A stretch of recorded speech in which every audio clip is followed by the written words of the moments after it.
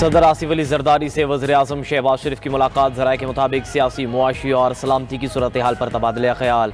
गजा अमन board और पाकिस्तान के नुक्ता नज़र पर भी गुफ्तगू की गई। पीपल्स पार्टी और नून लीग के दरमियान वर्किंग रिलेशनशिप बेहतर बनाने पर इत्तफाक।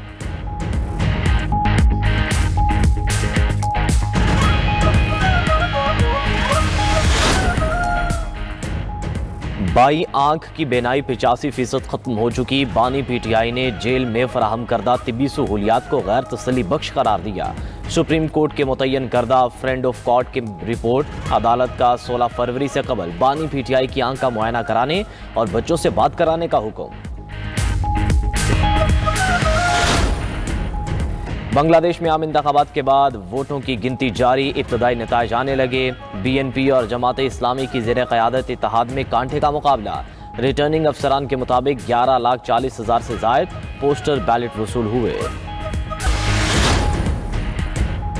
और चीन के शहर शंघाई की मेन शाहराह पर बड़ा गड्ढा पड़ गया। हुकाम के मुताबिक मुतासरा जगह पर मरम्मती काम जारी था। अचानक ज़मीन बैठने से बड़ा गड्ढा पड़ा। खुशकिस्मती से कोई जानी नुकसान नहीं हुआ।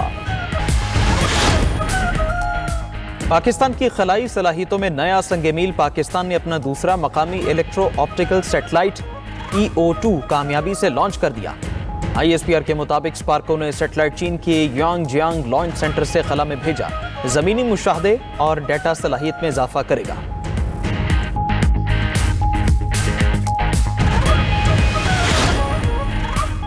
बांग्लादेश में आम इंतखाबात के बाद पोलिंग का अमल जारी। इब्तिदाई नताइज आना शुरू। ढाका के हल्के 1 से जमात इस्लामी के सैफुल आलम आगे। RWP के सैफुल हक 215 वोट के साथ दूसरे नंबर पर।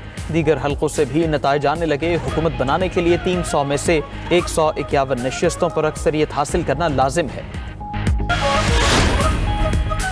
और T20 वर्ल्ड कप में आज भी 3 मैचेस शेड्यूल। पहले मैच में मेजबान श्रीलंका ने ओमान को 105 रन से शिकस्त दी। दूसरे मैच में इटली ने नेपाल को बआसानी 10 विकेटों से हराया। तीसरे मैच में भारत की नामीबिया के खिलाफ बैटिंग जारी। बांग्लादेश में पोलिंग के दौरान अवाम से हालिया कानून साजी की हिमायत या मुखालफत पर राय के लिए रेफरेंडम भी हुआ। मुजवजा कानून साजी में वज़ीर आज़म की मुद्दत की हद मुकर्रर करने और इख्तियारात के तवाज़ुन को बेहतर बनाने की तजावीज़ शामिल। वोटर्स को सफ़ेद और गुलाबी रंग के 2 बैलेट पेपर्स दिए गए। सफ़ेद बैलेट पेपर रुकन पार्लियामेंट, गुलाबी रेफरेंडम के लिए मुख्तस था। शेख हसीना का तख्ता उलटने के बाद कायम अबूरी हुकूमत ने चार्टर पर अमल दरामद की मंजूरी देते हुए कहा था कि अहम तब्दीलियों के लिए अवामी तौसीक ज़रूरी है। साल 2011 में शेख हसीना की हुकूमत ने रेफरेंडम की शिक ख़त्म कर दी थी। 2024 में हाई कोर्ट ने रेफरेंडम की शिक बहाल कर दी थी। बांग्लादेशी इलेक्शन पर 92 न्यूज़ की खुसूसी ट्रांसमिशन, पल पल की रिपोर्टिंग और जानदार तज्ज़िये, स्क्रीन की जीनत। इलेक्शन के इंतखाबी नताइज तक देखते रहिए 92 न्यूज़। बानी PTI की दाईं आंख की बेनाई महज 15% तक महदूद रह गई। बानी PTI ने बताया कि 3 माह से आंख की बीमारी को संजीदा नहीं लिया गया। बैरिस्टर सलमान सफदर की रिपोर्ट सुप्रीम कोर्ट में जमा। रिपोर्ट के मुताबिक बानी PTI के मुताबिक बार बार जेल सुपरिटेंडेंट को इतला दी। जेल हुकाम की जानिब से शिकायत के अजाले के लिए कार्रवाई नहीं की गई। बानी PTI को अपनी दाईं आंख की बेनाई अचानक और मुकम्मल तौर पर ख़त्म होने का सामना करना पड़ा। बानी PTI के सेल में मौजूद TV फाल नहीं। TV फाल ना होने पर किताबों की फराहमी यकीनी बनाई जाए। किताबों की फराहमी से कोई सिक्योरिटी खदशा पैदा नहीं होगा। बानी PTI को वकला से मुलाकात की इजाज़त नहीं दी जाती। सुप्रीम कोर्ट ने बैरिस्टर सलमान सफदर को फ्रेंड ऑफ कोर्ट मुकर्रर किया था।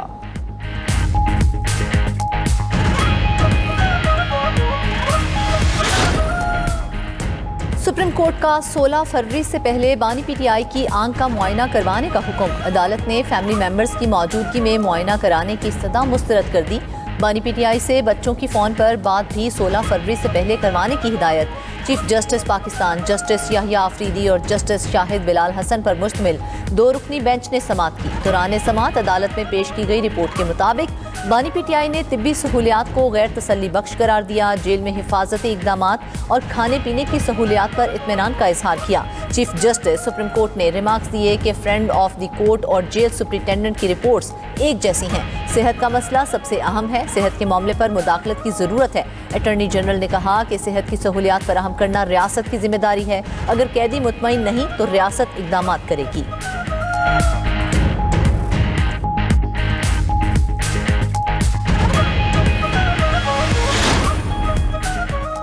सलमान अकरम राजा ने साबिक सुपरिटेंडेंट अडयाला जेल के खिलाफ मुकदमा दर्ज करने का मुतालबा कर दिया। कहते हैं बानी के खिलाफ जुर्म का इर्तिकाब किया गया। बानी पीटीआई को नवंबर से आंख का मसला आ रहा था।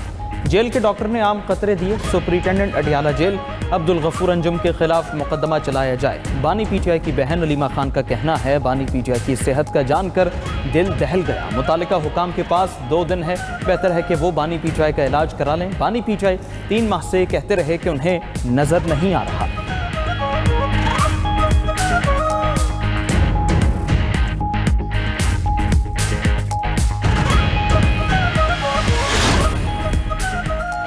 मियां वाली ने 4 साल मुल्क पर हुकूमत की, लेकिन इलाके में तरक्की नहीं आ सकी। मियां वाली को अपना हक लेने के लिए अब किसी की दहलीज पर नहीं जाना पड़ेगा। वज़ीर आला पंजाब मरियम नवाज का नाम लिए बगैर बानी पीटीआई पर तंज। मियां वाली में जलसे से खिताब में कहा कि जो ग्रीन बस लाहौर में चल रही है वही मियां वाली में भी चल रही है। हम सियासत नहीं सिर्फ खिदमत पर यकीन रखते हैं। मरियम नवाज का मियां वाली में लॉ कॉलेज और कॉलेज ऑफ एग्रीकल्चर कायम करने का ऐलान।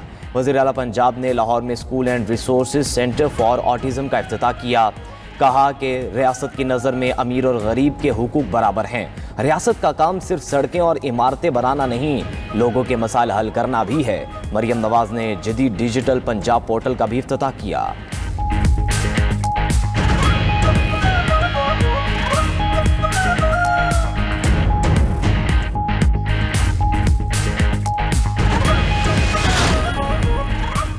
कौमी असम्बली में सोलर नेट मीटरिंग पर नून लीग और पीपल्स पार्टी आमने सामने। ईवान में इजहार ख्याल करते हुए वजीर तवानाई अवैस लगारी बोले कि इस वक्त 4,66,000 सार्फिन नेट मीटरिंग पर हैं। नई रेगुलेशंस में नेट मीटरिंग बिजली की कीमत खरीद 27 रुपये फी यूनिट ही रखी गई है। हुकूमत को दीगर जराए से 8 रुपये तक फी यूनिट बिजली मिल रही है। रेगुलेशन सिर्फ उन मौजूदा सार्फिन के लिए तब्दील की गई है जो नेट मीटरिंग से नेट बिलिंग पर जाना चाहते हैं। उधर रहनुमा पीपल्स पार्टी शर्मिला फारूकी की नेट मीटरिंग पर हुकूमत पर कड़ी तनकीद। कहा कि हमने हुकूमती पॉलिसी के तहत सोलर लगवाए, हुकूमत ने हमें धोखा दिया। बताया जाए अपनी नाअहली और करप्शन का बोझ नेट मीटरिंग सार्फिन पर क्यों डाल रहे हैं।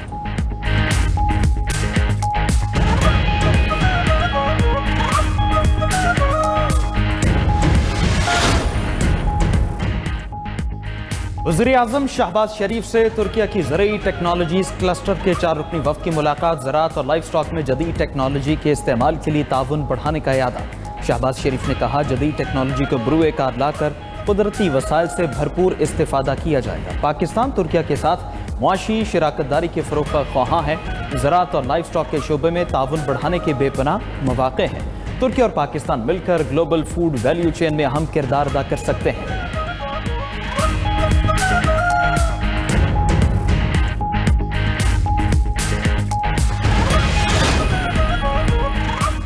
पंजाब को बचाना है तो कराची के मुस्तकबिल का फैसला करना होगा। रहनुमा MKM फारूक सत्तार का इत्तेहादियों को मशवरा। कहते हैं मुल्क की सियासी और मुआशी सूरत हाल अबतर होती जा रही है।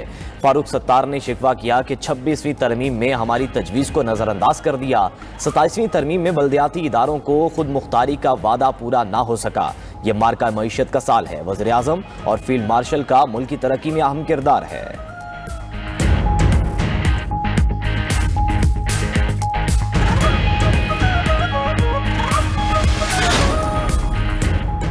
वज़ीर आला खैबर पख्तूनख्वा का तरलाई इमाम बारगाह का दौरा। सुहेल आफरीदी के खुदकुश हमले के मुतासरा खानदानों से मुलाकात। वज़ीर आला खैबर पख्तूनख्वा की जाम हक अफराद की फातिहा ख़्वानी। मुतासरा खानदानों से मुलाकात की और लवाहिकीन से इजहार यकजहती किया। सुहेल आफरीदी ने कहा कि इबादत गाह में खुदकुश हमला इंसानियत दुश्मनी की बदतरीन मिसाल है। सूबाई हुकूमत इस सानहे पर लवाहिकीन के गम में बराबर की शरीक है।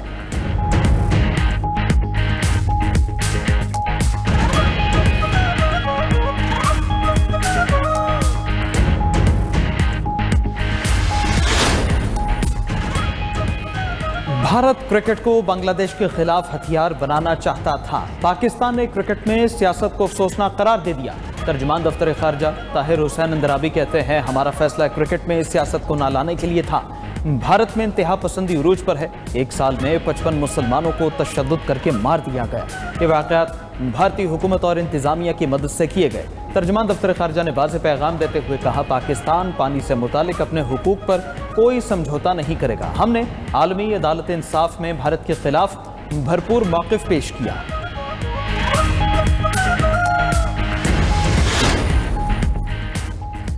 पाकिस्तान का दूसरा मुकामी सेटेलाइट EO2 कामयाबी से लॉन्च कर दिया गया। तर्जुमान स्पार्को के मुताबिक चीन के यांगजियांग सी शोर सेंटर से सेटेलाइट लॉन्च किया गया। सेटेलाइट ज़मीन के मुशाहिदे और इमेजिंग की सलाहियत बढ़ाएगा। सेटेलाइट मनसूबाबंदी और वसाइल के इंतज़ाम के लिए अहम डेटा फराहम करेगा। पाकिस्तान के सेटेलाइट्स के बेड़े में इजाफा, मुशाहिदात के तसलसल और दुरुस्तगी बेहतर होगी। सेटेलाइट हुक्मरानी, आफात के इंतज़ाम और स्ट्रेटेजिक मनसूबाबंदी में मुआविन साबित होगा। मुकामी EO2 पाकिस्तान की सेटेलाइट तैयारी में खुद इन्हिसारी जाहिर करता है।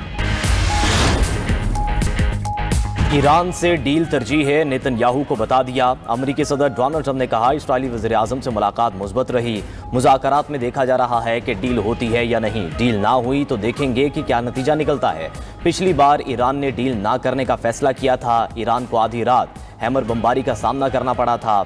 ईरान के लिए अमरीकी हमला अच्छा साबित नहीं हुआ था। उम्मीद है ईरान का रवैया इस बार ज़्यादा जिम्मेदाराना होगा।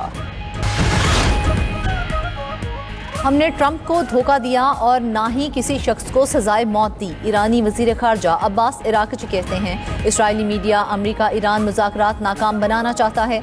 इसराइल मुज़ाकरात में रुकावट डालकर फ़ायदा उठाता है। असल गुमराह करने वालों को सामने लाना ज़रूरी है। ईरानी दिफाई कौंसिल के सेक्रेटरी अली शमखानी ने कहा कि ईरान के खिलाफ किसी भी फौजी हमले को जंग का आगाज़ तस्वुर किया जाएगा।